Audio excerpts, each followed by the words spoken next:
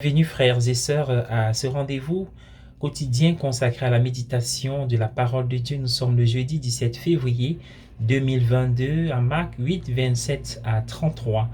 Installez-vous bien, c'est parti. Césarée de Philippe, à ne pas confondre avec l'autre Césarée sur la côte méditerranéenne ou avec l'une des douzaines d'autres villes et lieux portant le nom de César.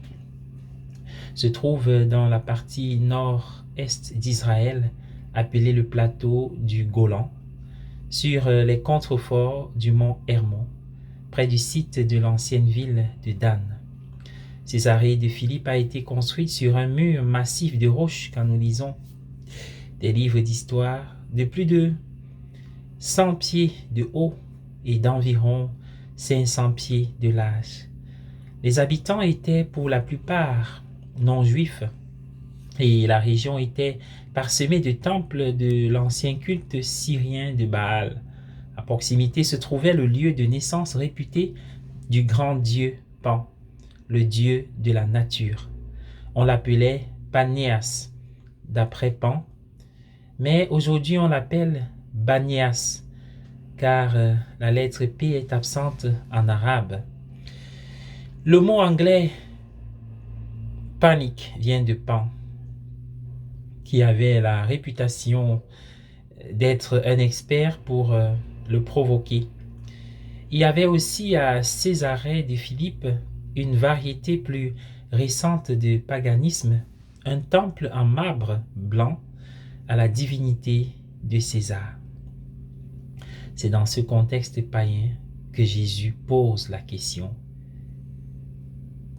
qui dit-on que je suis? Et ensuite la question beaucoup plus difficile: qui dis-tu que je suis? Ce fut le moment pour Pierre. Sa profession de foi résonne à travers les siècles, d'autant plus fort qu'elle a été prononcée dans un contexte païen: tu es le Christ, le Fils du Dieu vivant, comparé au rocher massif sur lequel Césarée de Philippe a été construite. Pierre, le rocher, était très fragile. Un moment, il marchait sur les airs après que Jésus ait loué sa perspicacité. Mais c'était dans un autre récit évangélique, Matthieu 16.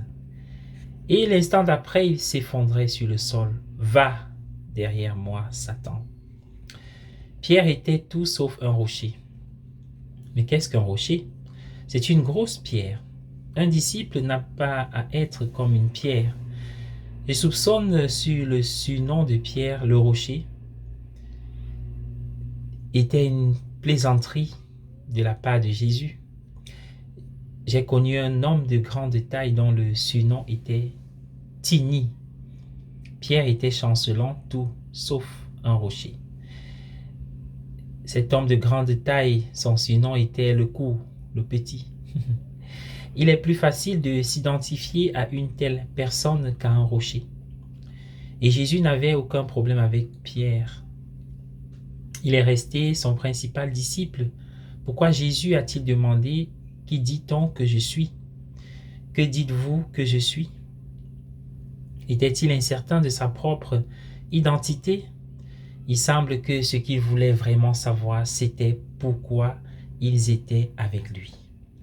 Dès le début, les gens avaient projeté sur lui de fausses identités, essayant de le faire entrer dans les rôles de villageois, de roi, d'une sorte de messie prévisible.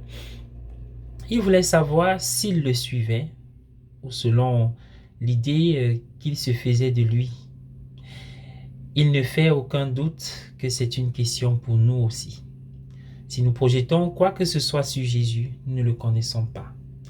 Il devient un écran pour nos projections et nous ne voyons que nous-mêmes. Les identités que nous nous sommes fabriquées nous conviennent parce qu'elles sont faites pour nous convenir. Nos mensonges ne sont jamais contre nous, ils sont toujours pour nous. Chaque individu, chaque groupe, chaque pays, chaque religion a ses propres mensonges. Et ceux-ci nous vont comme un gant.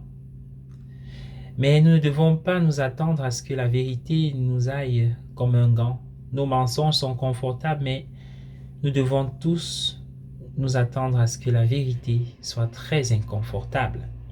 C'est peut-être pour cela qu'il a immédiatement parlé de la souffrance et du rejet. Soyez bénis. Bonne journée à tous.